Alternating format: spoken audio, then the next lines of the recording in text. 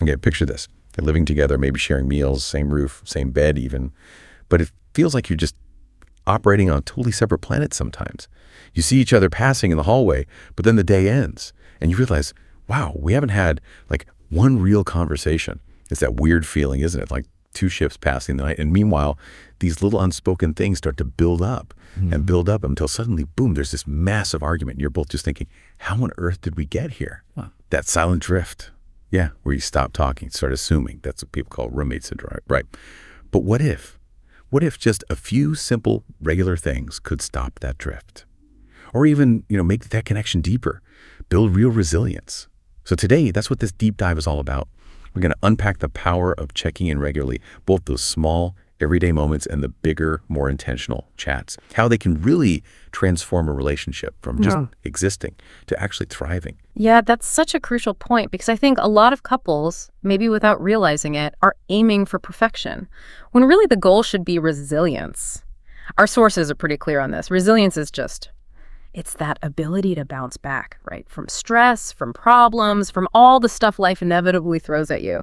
Because ups and downs, they're going to happen. Life gets messy. The real danger isn't the rough patch itself. It's when there's no emotional connection left. That's when partners drift apart. Sometimes so far apart, they start looking for that connection somewhere else. That feeling of being starved for connection. It's powerful. Relationships don't just run themselves. They need both people showing up consistently, honestly, and humbly. Every day. You said something really important there, consistent emotional connection. Makes me wonder, okay, how does that connection actually build resilience? Like down at the nuts and bolts level, is there science behind it, even in tiny interactions? Oh, absolutely. It's fascinating how our brains are actually wired for this stuff. We're talking about things researchers call micro interactions or sometimes micro moments. These are just brief, genuine exchanges, a quick smile that reaches the eyes, a shared glance, a hand on the arm for a second, a warm hello. Yeah. And the amazing thing is these aren't just polite gestures. They actually trigger chemicals in your brain, specifically oxytocin. Oxytocin, the bonding hormone. Exactly, the bonding hormone. Right. And when that gets released, it literally starts rewiring your neural pathways. It builds trust. It makes your brain associate that person with good feelings. It's biological. Wow, so it's not just like a nice feeling, it's actually changing your brain chemistry. Yeah. That's pretty incredible. It really is. Think about it like this. Research shows these tiny, tiny gestures, they light up the same reward centers in your brain as like huge dramatic moments do. So each one of these little micro interactions is like putting a tiny deposit into your relationship's emotional bank account. And over time, all those little deposits add up. They build this massive wealth of connection, like an authentic smile, the kind that uses your eyes, that releases dopamine, good feelings for both people, or just a simple touch, maybe on the arm or shoulder for like 3 seconds, instant oxytocin release. Even just repeating a key word, someone said they call it the echo response. It signals you're really listening, activates the reward center. Using the name drop lights up parts of the brain linked to identity, makes them feel seen. And those little nods when someone's talking, the micro, yes. Huge for making someone feel validated. These aren't just random things. They're actively making it easier to connect next time. Building trust, smoothing the way. That really changes how you think about effort in a relationship, doesn't it? It sounds so simple, but also kind of profound. Okay, so if these micro interactions are so powerful, what does this actually look like day to day? How do we make these deposits without it feeling like, another item on the to-do list? Well, it really boils down to building simple habits, things that almost become second nature. One of the biggest ones, responding to what are called bids for attention. So when your partner says something, touches you, asks a question, even if it's just about the weather, or did you see this article? They're reaching out, making a bid for connection. There are studies, pretty famous ones actually, showing that couples who stayed married, they turned toward those bids something like 86% of the time. Compare that to couples who ended up divorcing, they only responded about 33% of the time. Wow, 86 versus 33, that's a huge difference. It's massive. And the goal isn't perfection, right? It's just about noticing those little moments, those bids, and trying to respond more often than not, just acknowledging them. Then you've got reunion rituals, simple stuff. When you see each other after being apart after work, even after running an errand, hug, and not just a quick pat, a real full-body hug, stomachs touching. Aim for at least 20 seconds. 20 seconds, that sounds long. It does. But it does something chemically. It helps regulate both your nervous systems. It makes you feel safer, calmer. Couples who do this are actually less likely to argue right after being separated. It grounds you both. And similarly, you have morning and nighttime rituals. They really set the tone. If you wake up together, maybe cuddle for a few minutes, talk about the day ahead before jumping out of bed. If your schedules are totally different, a meaningful kiss goodbye, or maybe leave a quick sweet note. It bridges that gap. And at night, try to wind down together if you can, brush teeth together, whatever. But always, always end with a good night, and I love you, a kiss. Consciously closing the day together. Little bookends to the day. Exactly. And don't forget to reach out during the day. It doesn't have to be major.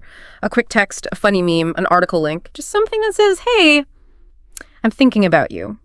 Connects your separate worlds for a second, another one that gives huge returns, show appreciation, and not just a generic thanks. Our sources emphasize specific appreciation. It hits different reward centers. So find something specific each day. I really like how you made the bed this morning, or thanks for being so patient with the kids earlier. It makes the positive feelings stronger. And of course, there's physical affection. Holding hands, hugs, cuddling on the couch. These aren't just fluff. They release oxytocin. They're crucial for feeling close, emotionally and physically. Often one feeds the other, you know. Okay, so those daily deposits, they're like the small, steady investments that really add up. I get that. But let's be real, life gets complicated. Yeah. Sometimes you need more than a quick hug or a text, right? It's like you said about maintenance, like changing the oil in your car. It's not a crisis, it's just upkeep. What about those bigger, dedicated conversations? Precisely. The micro interactions are the daily fuel. Absolutely. But the formal, scheduled check-in, that's your essential maintenance, your oil change. It's setting aside regular time, maybe weekly, maybe every other week, maybe monthly, whatever works, just to sit down together, to talk honestly, really listen, and clear the air before things start to fester. It's proactive, not reactive. That oil change analogy really clicks. Okay, so if someone listening wants to try this, what needs to be on the agenda? What makes these check-ins actually work? Give us the list. Right. You want it to be comprehensive, kind of like looking at a relationship dashboard. Our sources suggest covering several key areas. First, emotional connection. How are you actually feeling connected? Or disconnected? What makes you feel seen, heard? What support do you need this week? Then, quality time. Did you get enough? What moments really felt good, felt close? What specific things would you like to do more of? Maybe that's when you plan your weekly date night and it doesn't have to be fancy. A walk, doing finances without distractions, cooking together, it all counts. Next, communication. How's it been flowing? Open, honest, anything you've been holding back. How can you both communicate even better? Intimacy and physical connection. How's that feeling for both of you? Anything you want to change, try, talk about, feeling comfortable, loved. Conflict resolution. How did you handle disagreements recently? Did things get resolved respectfully? Anything still lingering that needs addressing? Individual well-being. This is important. How are you doing individually, physically, mentally, emotionally? Anything outside the relationship affecting you or us? How can you support each other's personal goals? Self-care. It encourages self-awareness too. Future goals and plans. Are you on the same page? Short-term, long-term. Individually as a couple. Plans, trips, dreams for the next month, next year. How's the work-life balance feeling? Dreaming together is powerful. Gratitude and appreciation. What specifically did your partner do that made you feel great? What do you appreciate most right now? How can you show it more? Remember, specifics matter. And finally, growth and improvement. Where can you both grow? Individually, together. What can you work on to make the relationship even stronger? Wow, that is thorough. It really covers all the bases, doesn't it? But like you said before, it's not just what you talk about, it's how. That feels critical here. What are the communication keys for making these check-ins actually constructive? Absolutely. The how is everything. Number one, active listening. And that's way more than just not talking. It's full attention. Phones away, lean in, show empathy, reflect back what you hear them feeling. Wow, that sounds really frustrating, or I can see why you'd feel that way. Ask questions to understand better, like, can you tell me more about that? Don't just jump to your own point or defense. Really try to get it. Number two, use I statements. This is classic advice for a reason. It avoids blame. The structure is simple. When you do X, I feel Y because Z. So instead of you never help out, try. When I end up doing most of the chores, I feel overwhelmed because it feels like a lot to manage alone. See the difference? It's about your experience. Number three, be clear and concise. Don't beat around the bush or hint. State your needs honestly. I'd really love it if we could spend more evenings just talking like this. Well, and lastly, don't forget nonverbal communication. Your body language, your facial expression, your tone, they scream louder than words sometimes.